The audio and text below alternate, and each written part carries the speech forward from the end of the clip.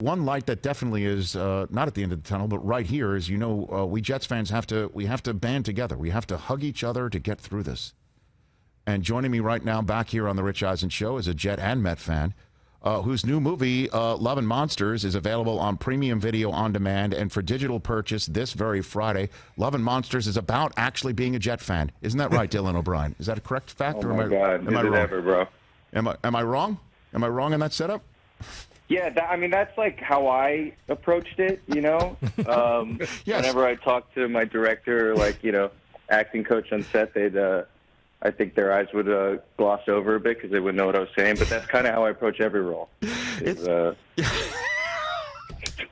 I get the trauma. That's where I dig deep. That's where you dig deep about the monster apocalypse that you're dealing with as your character in this film, as you just think about everything on the other side of the line of scrimmage. Isn't that the way? Yeah, we don't have to talk about the movie at all, by the way. We got to get into it. We got to get into some stuff. We're already 3 minutes down. Oh, Dylan O'Brien. How you been, man? You good? Life's I've been good, sir. How are you? It's been too long since you've been on this program. I'm doing fine. I am doing fine. So you're born and raised in Manhattan? Is that the drill? Is that? No. Okay. I was born in the city. I grew up in Springfield, Union County, New Jersey. Okay. And then I'm an LA hybrid. I moved out to LA when I was 12, but never lost my Mets Jets fan. So many people have always said to me out west or just in general at all, why don't you just convert or something? And then I just immediately sort of write them off as even understanding what being a fan is, because it just that just doesn't make sense in my blood. You know what I mean? Yes, it does. But yeah, and then classically enough, I just chose this. It's masochistic in a way. Again, it's very actory. I just choose to be miserable, I guess. But it's I'm also not. That's the thing though too, is I talk about a lot. I kind of am grateful for the fact that I grew up not a Yankees fan or a Dodgers fan. You know what I mean? Always used to winning. I have this kind of appreciation and love for the sport that sometimes I don't see in some friends, or in a lot of fans who I see are just used to kind of winning every year. You're really challenged to kind of dig and find a love for the sport and have it not be just fully surrounded by chasing championships. You know what I mean? No, I know. And whenever you had to go to a dark place in the Maze Runner series or Teen Wolf on MTV, Dylan O'Brien, I knew that you were just you were suffering for your craft.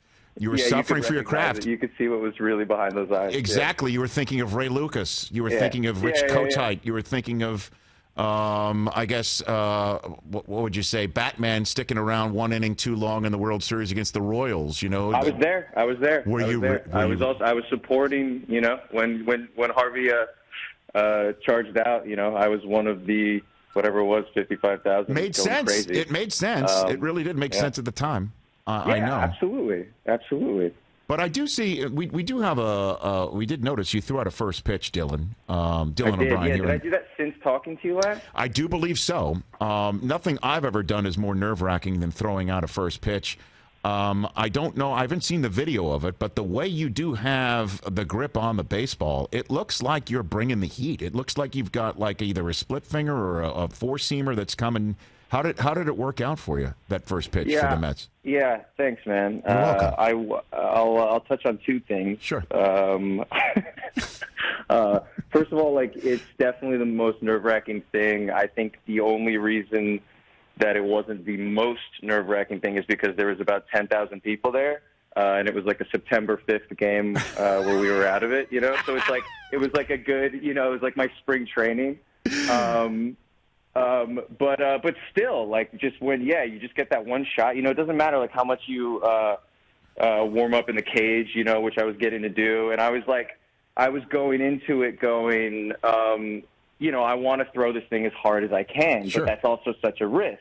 It's not worth it to, lollygag it in there. I really wanted to huck it. And I did kind of I don't know. Hopefully I'm gonna do it again someday, and I'll just go out there and huck it. But I did kind of just hold back a little bit.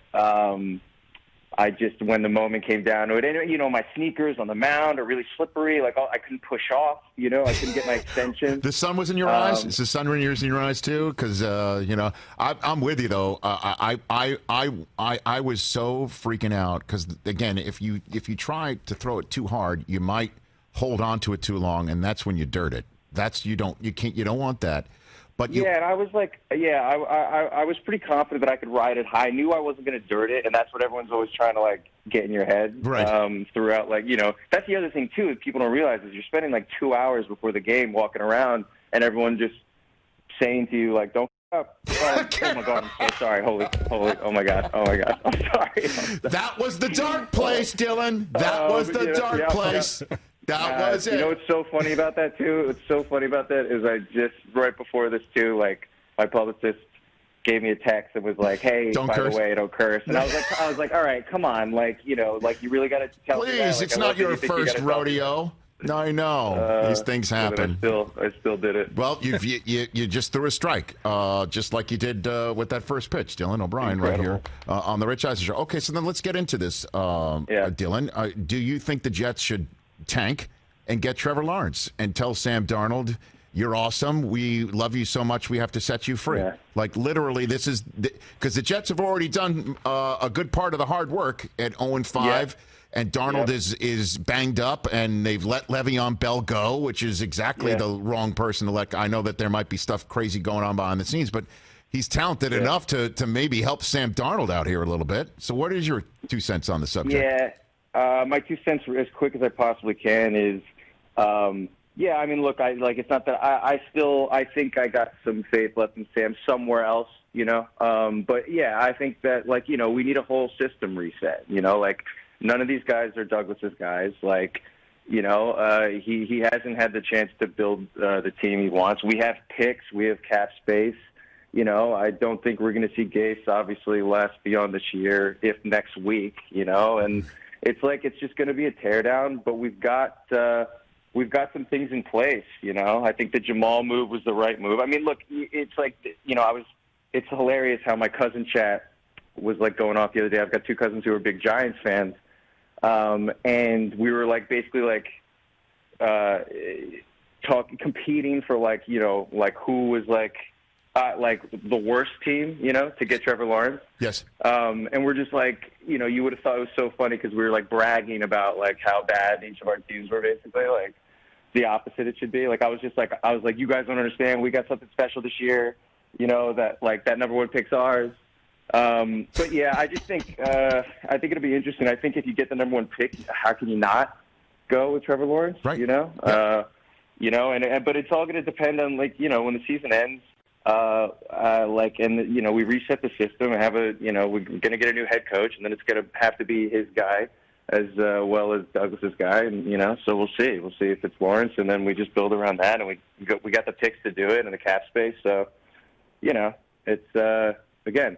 This is how you operate as a Jets fan when you're a Jets fan. No, I know. Dylan O'Brien here on the Rich Eisen Show. And it's also, you know, it sounds like you're surrounded by monsters in a dystopian moment, all alone with nobody around, Dylan. And, oh, my gosh, that's actually what Love and Monsters is about. Would you not say, Dylan? Yeah, man, it's true. Again, this is how I pick my projects, you know. And we see actually a photograph of a dog on top of you. That does in a way look like a member of the Denver Broncos on top of Sam Darnold from just a couple of Thursdays ago. I'll be very honest with you. Yeah. I think, like, what we don't realize is Sam runs around about, you know, 500 yards a game. If we're just talking laterally and, like, in circles, you know. Man, I would so much wish that we just could talk about the Jets being dominant in the division, and you and I could just be, like, high-fiving through the phone right here. But that's just not the way of the world. So I guess let's talk about this film that is, again, available on premium video on demand and digital purchase this Friday. And what, you know, you have such a rabid fan base that loves everything you do, Dylan. Your social media is through the roof. So what can fans expect from you and of you and from you in this movie? Oh, man. I guess, like, it's really sweet. You know, it's a really, like, good-natured movie, which I think, like, it's kind of it's funny how it unfolded, and it's coming out now amidst all this. I think I think we sort of, I know I have just sort of started to appreciate really I don't want to subvert anything. I don't want to be surprised or guess or watch any dark things right now. It's actually kind of nice. I've been kind of enjoying watching really good-natured things lately. It just make me feel good for an hour and a half, and just see some positivity going on. And I think that's the selling point. It's just a really sweet and cute and really original movie too. It's another thing about it that I was really drawn to and proud to try to champion that. It's just the kind of movie that I don't think we see as much anymore. A little throwback to the Amblin kind of 80s sort of singular narrative type thing. Yeah, you're referring to the Spielbergian type of film where you're looking for love and there's a dog involved, and you're looking for your high school sweetheart. Exactly. There's a dog involved. There are some monsters, but it's just a fun movie when it all comes down to it. Yeah, exactly. It's got a very Pixar-y energy. It could have very easily been a Pixar movie that we did live action for a lot less money. You know what I mean? I do know what you mean. At Dylan O'Brien on Twitter, and greatly appreciate the call and in the time. What are you playing fantasy as well? Is at least that being a better part of your life, football life, than just Jets, or what? It's going great. The fantasy's going great. I got 2 squads this year. The boys are eating. I guess the highlight is Metcalf on both teams. He was my guy who I was. You and I, Dylan, look at us, man, dude. Chris Brockman, my colleague across the way, was drafting in a charity league that I could not draft. He's our general manager. Tell him the one player I said we must come home with. DK Metcalf. Yes, and I've got him in my other league, too. Oh, he is a delight. Monster. He's a delight. He's a monster. He's such a monster. So that's been I feel it always surrounds one pick. If you can really hit on that guy a little lower. I mean, I reached for him a bit, but he's just been pumping, so it's great. Oh, he's amazing. So when you say the boys are eating, is that the name of the fantasy team, or that you're just describing how well your team is doing? What was it? What was it I said? No, you said the boys are eating, and I'm wondering if that was not my name. No. Okay. No. I can't. My names are far too inappropriate to say on the air. Are you serious? Like your publicist would not want you to say your name, your team names on the. Oh man, she's probably texting me right now. They're eating points every week. A lot of points. They're eating W's, just like Jameis Winston did back in the day. You got to eat a W. Oh man, I don't like that. I really did not like that. When he was eating W's back then? Oh, yeah, man. I wasn't a fan. Oh, buddy. Okay, anybody that we know that's in your league?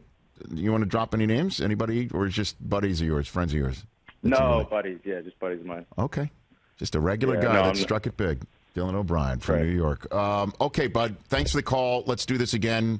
Let's not go several years in between. And good luck on your fantasy. Let's do it. Let's do it more often. You take care of yourself, Dylan. Pleasure, Rich. You too. Right back at you. That's Dylan O'Brien at Dylan O'Brien on Twitter. Is he on Instagram too, or is he not on? Is he on the gram?